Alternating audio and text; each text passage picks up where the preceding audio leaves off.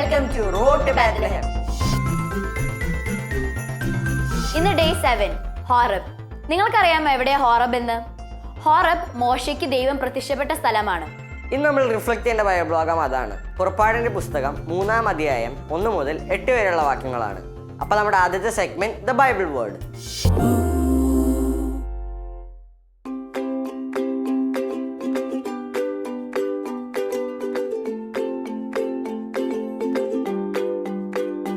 പുറപ്പാടിന്റെ പുസ്തകം 3-ാം അധ്യായം 1 മുതൽ 8 വരെയുള്ള തിരുവചനങ്ങളാണ് നമ്മൾ ഇന്ന് റിഫ്ലക്റ്റ് ചെയ്യാൻ പോകുന്നത്. ഈജിപ്തുകാരുടെ അടിമത്തത്തിൽ കഴിയുന്ന ഇസ്രായേൽ ജനത്തെ മോചിപ്പിക്കാനായി ദൈവം മോശയെ തിരഞ്ഞെടുക്കുന്നത് നമുക്ക് കാണാം. 7-ാം തിരുവചനത്തിൽ നമ്മൾ ഇങ്ങനെ വായിക്കുന്നു: ഈജിപ്തിലുള്ള എൻ്റെ ജനത്തിൻ്റെ ക്ലേശങ്ങൾ ഞാൻ കണ്ടു. മേൽനോട്ടക്കാരുടെ ക്രൂരത കാരണം അവരിൽ നിന്നുയർന്നു വരുന്ന രോദനം ഞാൻ കേട്ടു. അവരുടെ യാതനകൾ ഞാൻ അറിയുന്നു.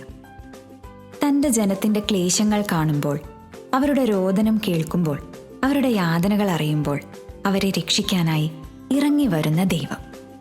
മനുഷ്യന്റെ യാതനകളിൽ ദൈവം ഇടപെടുന്ന വിധങ്ങൾ വചനത്തിലൂടെ വായിച്ചറിയുമ്പോൾ, നമ്മുടെ ജീവിതത്തിലും പ്രശ്നങ്ങൾ ഉണ്ടാകുമ്പോൾ ദൈവം വരും, നമ്മളെ രക്ഷിക്കും എന്ന് വിശ്വസിക്കാനും അവയെല്ലാം കർത്താവിൻ്റെ സഹായത്തോടെ അതിജീവിക്കാനും സാധിക്കും. അതുകൊണ്ട് ഡോണ്ട് ഫൊർഗെറ്റ്, വായിക്കുക പുറപ്പാടിന്റെ പുസ്തകം 3-ാം അധ്യായം 1 മുതൽ 8 വരെയുള്ള തിരുവചനങ്ങൾ.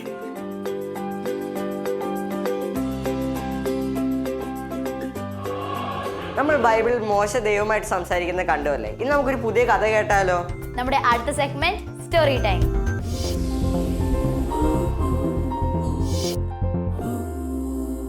ഹായ് കൂട്ടുകാരെ, സ്റ്റോറി ടൈമിലേക്ക് എല്ലാ കുഞ്ഞു കൂട്ടുകാർക്കും സ്വാഗതം.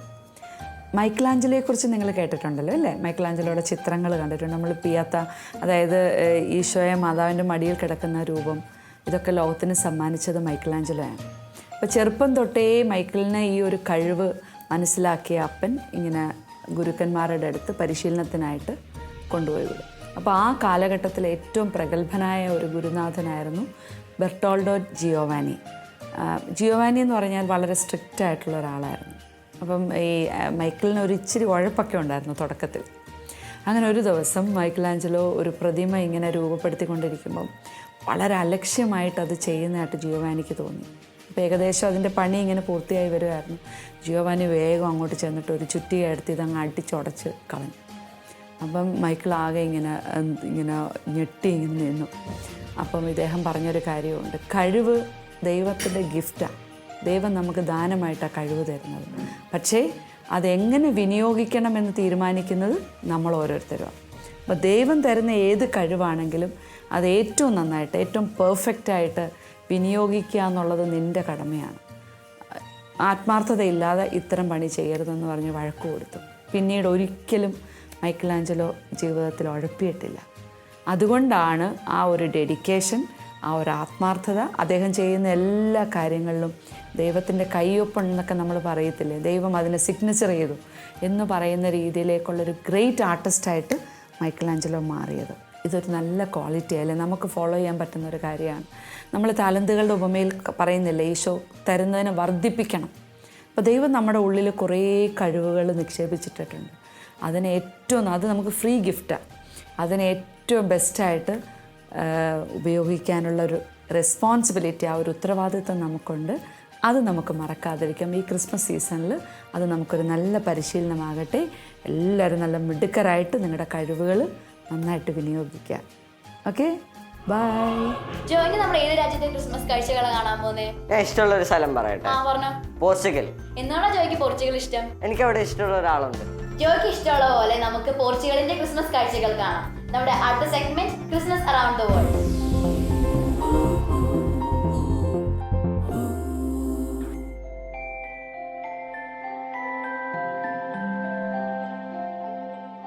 പോർച്ചുഗലിൽ ഭൂരിഭാഗവും കത്തോലിക്ക വിശ്വാസികളാണ്.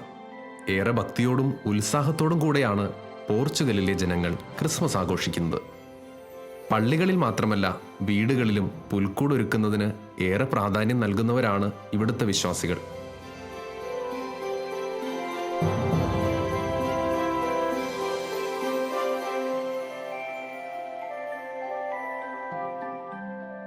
ക്രിസ്മസ് ദിനത്തിൽ പള്ളികളിൽ നടക്കുന്ന വ്യത്യസ്തമായ ആചാരരീതിയുണ്ട് പോർച്ചുഗലിൽ. ദേവാലയത്തിൽ പാതിര കുർബാനയ്ക്കെത്തുമ്പോൾ ദേവാലയമുറ്റത്ത് ഒരു വലിയ തീക്കൂനയിടും ഉണ്ണീശോയെ തീ കായ്ക്കാൻ. പ്രതീകാത്മകമായി ഉണ്ണീശോയുടെ രൂപം തീ കായ്ച്ച് വരിവരിയായി വന്ന് രൂപം മുത്തിയിട്ടാണ് പോർച്ചുഗലിലെ വിശ്വാസികൾ വിശുദ്ധ കുർബാനയ്ക്കായി ദേവാലയത്തിലേക്ക് പ്രവേശിക്കുക.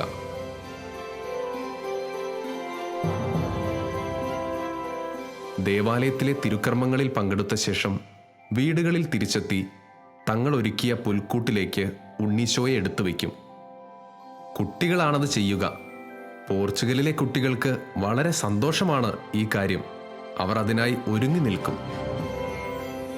അതിനോടൊപ്പം തന്നെ വീടുകൾക്കുള്ളിൽ അലങ്കരിച്ച ക്രിസ്മസ് ട്രീയുടെ അടിയിലായി അവർക്കുള്ള സമ്മാനവും തയ്യാറായിട്ടുണ്ടാകും. രാത്രിയിലോ അതിരാവിലെയോ ആണ് കുട്ടികൾ ഈ സമ്മാനങ്ങൾ പൊട്ടിച്ചു നോക്കുന്നത്. ക്രിസ്മസ് ട്രീ ഒരുക്കുന്നത് പോർച്ചുഗലിലെയും പരമ്പരാഗതമായ ഒരു രീതിയാണ്. പോർച്ചുഗലിലെ ലിസ്ബണിൽ ക്രിസ്മസ് കാലത്ത് ഉയരുന്ന ക്രിസ്മസ് ട്രീ വളരെ പ്രശസ്തമാണ്.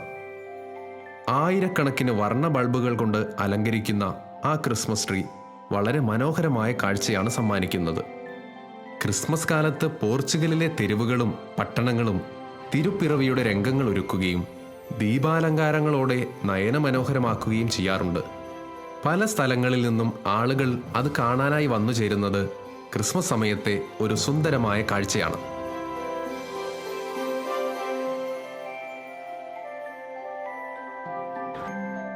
വിവിധ തരം ഇറച്ചി വിഭവങ്ങൾ കൊണ്ടും മധുര പലഹാരങ്ങൾ കൊണ്ടും സമ്പന്നമായ ഉച്ചഭക്ഷണത്തിന് പോർച്ചുഗീസുകാർ ക്രിസ്മസിന് വളരെ പ്രാധാന്യം നൽകുന്നു.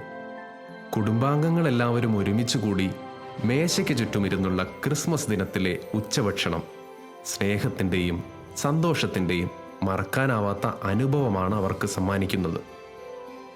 ഭക്ഷണ സമയത്ത് ഒരു വ്യത്യസ്തമായ കാഴ്ചയുണ്ട്. മേശയ്ക്കൊരു വശത്ത് ആരും കഴിക്കാതെ ഒരുക്കി വച്ചിരിക്കുന്ന ഭക്ഷണം മരിച്ചുപോയ തങ്ങളുടെ പ്രിയപ്പെട്ടവരെ ഓർക്കുന്നതിൻ്റെ ആദരസൂചകമായിട്ടാണ് അവരിങ്ങനെ ചെയ്യുന്നത്. ക്രിസ്മസ് ആഘോഷങ്ങൾ അവസാനിക്കുന്നത് ജനുവരി 6-നാണ്, ഫീസ്റ്റ് ഓഫ് എപ്പിഫനിയുടെ അന്ന്. ക്രിസ്മസ് ആഘോഷങ്ങൾ തീരുന്നതിന് മുന്നോടിയായി ജനുവരി 1 മുതൽ കുട്ടികൾ കുഞ്ഞു കുഞ്ഞു സംഘങ്ങളായി വീടുകൾ കയറിയിറങ്ങി മനോഹരമായ പാട്ടുകൾ പാടും. ഈ കുട്ടിപ്പാട്ടുകാരെ കാത്ത് മധുര പലഹാരങ്ങളുമായി വീട്ടുകാരും കാത്തിരിക്കും. അങ്ങനെ വലിയ ഉത്സവകാലമാണ് പോർച്ചുഗീസുകാർക്ക് ക്രിസ്മസ് കാലം. ക്രിസ്മസ് ദിനത്തിൽ എല്ലാവരുടെയും വീട്ടിൽ ഒരു ഓക്ക് മരക്കഷ്ണം കത്തിക്കൊണ്ടിരിക്കും. ക്രിസ്മസ് ലോഗ് എന്നാണ് ഇതറിയപ്പെടുന്നത്. പ്രകാശം പകരുന്ന തടിക്കഷണം എന്നുള്ളതാണ് അവരുടെ വിശ്വാസം. സമ്മാനങ്ങൾ കൈമാറുന്നത് പോർച്ചുഗീസുകാർക്ക് വലിയ കാര്യമാണെങ്കിലും ഇവർ വിശ്വസിക്കുന്നത് സമ്മാനങ്ങൾ കൊടുക്കുന്നത് സാന്താക്ലോസ് അല്ല, പൂജരാജാക്കന്മാരാണ് സമ്മാനങ്ങൾ കൊടുക്കുന്നത് എന്നാണ്. അതുകൊണ്ട് തന്നെ കുട്ടികൾ സമ്മാനങ്ങൾ സ്വീകരിക്കാനുള്ള അവരുടെ ഷൂസുകളിൽ രാജാക്കന്മാർ വരുന്ന ഒട്ടകത്തിനുള്ള പുല്ലും പഴവർഗ്ഗങ്ങളും ഒരുക്കി വയ്ക്കുന്നതും ഇവിടുത്തെ ഒരു പ്രത്യേകതയാണ്. നമ്മൾ ഇവിടുത്തെ ആഘോഷങ്ങളെയും ബാഹ്യപ്രകടനങ്ങളെയും കുറിച്ചാണ് പറഞ്ഞതെങ്കിലും അതിനേക്കാൾ ഉപരിയായി ഒരു വലിയ ആത്മീയ അനുഭവം കൂടി ഈ ക്രിസ്മസ് കാലം പോർച്ചുഗീസുകാർക്ക് സമ്മാനിക്കുന്നു.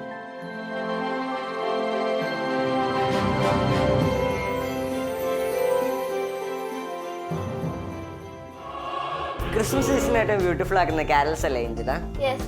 അങ്ങനെ നമുക്ക് ഇന്നത്തെ പാട്ട് കേട്ടാലോ? അടുത്ത segment carol Singh.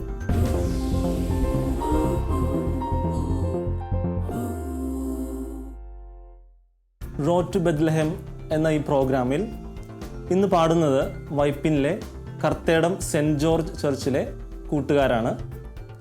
Angeles we have heard on high എന്ന് തുടങ്ങുന്ന ഗാനമാണ് ആലപിക്കുന്നത്. So please enjoy.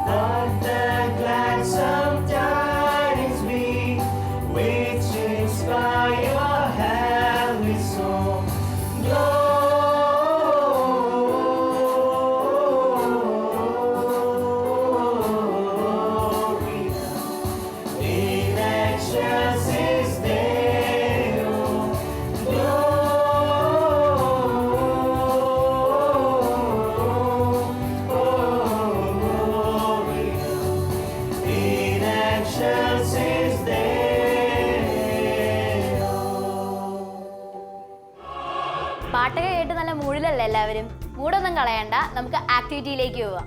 ഏത് സ്ഥലം മാർക്ക് ചെയ്യേണ്ടതെന്ന് അറിയില്ലേ? ഹോറബ്. നിങ്ങളുടെ ചാർട്ട് പേപ്പർ റെഡിയല്ലേ? ഞങ്ങൾ മാർക്ക് ചെയ്യാൻ പോവാം. വാ.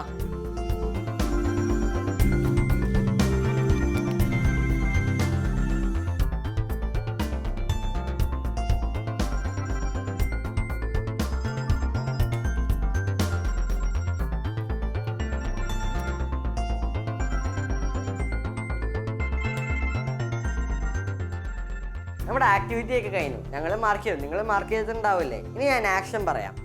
മൈക്കിളാഞ്ചലോയുടെ സ്റ്റോറിയാണ് നമ്മളിന്ന് കേട്ടത്. നമുക്കും ഉണ്ടാവില്ലേ കുറേ ടാലൻസ്? നമ്മൾ ഇന്ന് നമ്മുടെ ടാലൻസിന്റെ ലിസ്റ്റ് ഉണ്ടാക്കണം, എന്നിട്ട് ദൈവത്തിന് നന്ദി പറയണം.